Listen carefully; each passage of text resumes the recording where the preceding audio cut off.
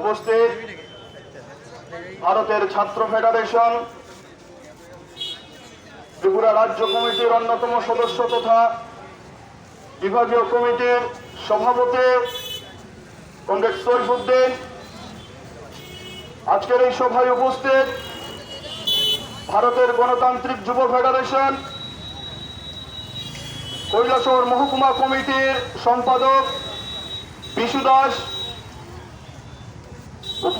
সভায় উপস্থিত টিওয়াইএফ এর কেন্দ্রীয় কমিটির সদস্য কমরেড মোহন দা, মহকুমা কমিটির সভাপতি কমরেড সুরমান দাস সহ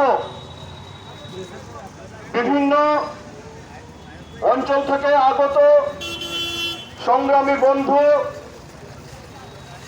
ভাই বোন এবং আজকের এই সভার মাধ্যমে মাইক যুগে যারা আমাদের আলোচনা শুনছেন, ছোট বড় মাঝারি ব্যবসায়ী থেকে শুরু করে টোটো চালক, পথ চলতি মানুষ এবং শাসক দলের বন্ধু থেকে শুরু করে সকলকে ভারতের ছাত্র ফেডারেশন এবং আমার ব্যক্তিগত পক্ষ থেকে উষ্ণ সংগ্রামী অভিনন্দন এবং লাল সালাম জানাই। আমার পূর্ববর্তী বক্তা বিভিন্ন বিষয় নিয়ে আজকের এই সংক্ষিপ্ত আলোচনা করার চেষ্টা করেছেন। আমি যেহেতু ভারতের ছাত্র ফেডারেশন ছাত্রদের একজন প্রতিনিধি, সেই সুবাদে আজকে আমাদের এই আলোচ্য বিষয় সবার জন্য শিক্ষা এবং সবার জন্য কাজ, তার পাশাপাশি ধর্মীয় মৌলবাদ, সাম্প্রদায়িকতা, ক্রমাগত নারী নির্যাতন, এই কয়েকটি বিষয় নিয়ে আজকে আমাদের এই শহরের রাজপথে আমাদের বিক্ষোভ মিছিল সংগঠিত করেছি। আপনারা এই শহরের যারা ব্যবসায়ী বা যারা এই শহরের স্থায়ী বাসিন্দা আছেন, তারা নিশ্চয় প্রশ্ন করতে পারেন মনে মনে যে রাজ্যে 23 নির্বাচনের পরে আমাদের ছাত্র যুব সংগঠনের বন্ধুরা কোথায় ছিল। আমি স্পষ্ট ভাষায় কথা বলতে ভালোবাসি।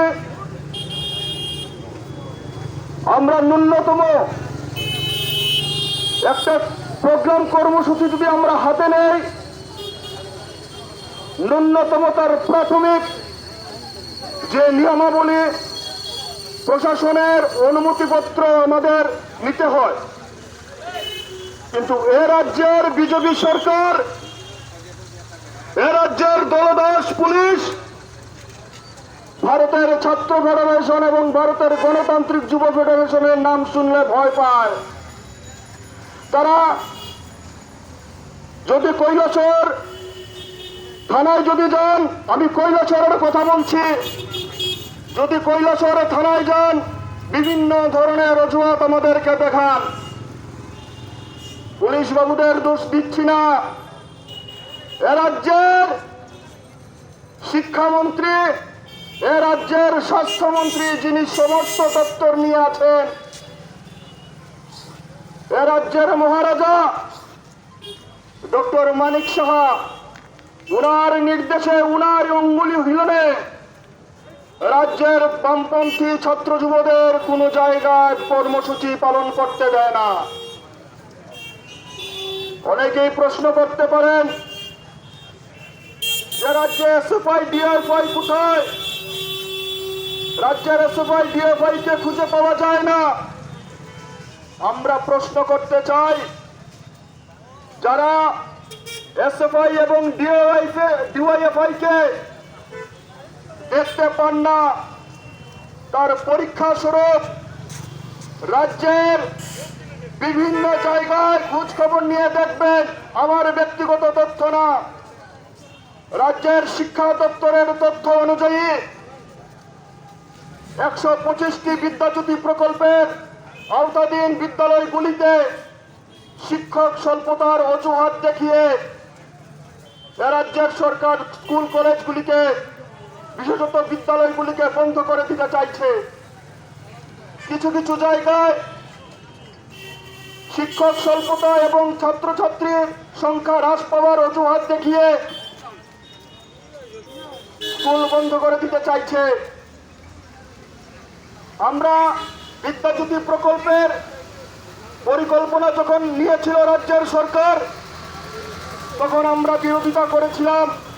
বিরোধিতা এই জন্যই করেছিলাম যে রাজ্যের কোয়ালিটি এডুকেশনের নাম করে বিভিন্ন ছাত্রছাত্রীদের কাছ থেকে বর্ধিত ফি আদায় করে নিতে চাইছে রাজ্যের সরকার।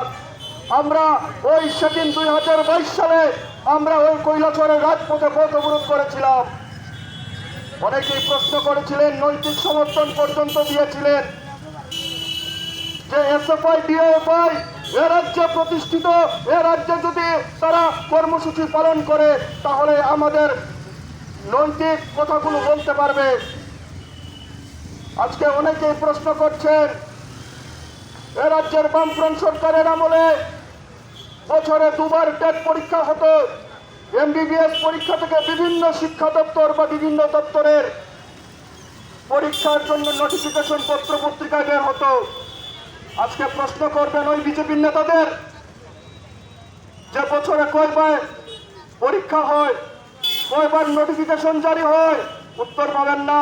তাদের উত্তর, যখন আপনি কর্মসংস্থানের, যখন আপনি রেগার টুয়েপের কথা বলবেন, যখন আপনি শিল্পের জন্য কথা বলবেন, যখন মহিলাদের বিরুদ্ধে আওয়াজ তুলবেন, ধর্ষণের বিরুদ্ধে আওয়াজ তুলবেন, তখন এ রাজ্যে সাম্প্রদায়িকের উস্কানিমূলক কথা বলে এ রাজ্যের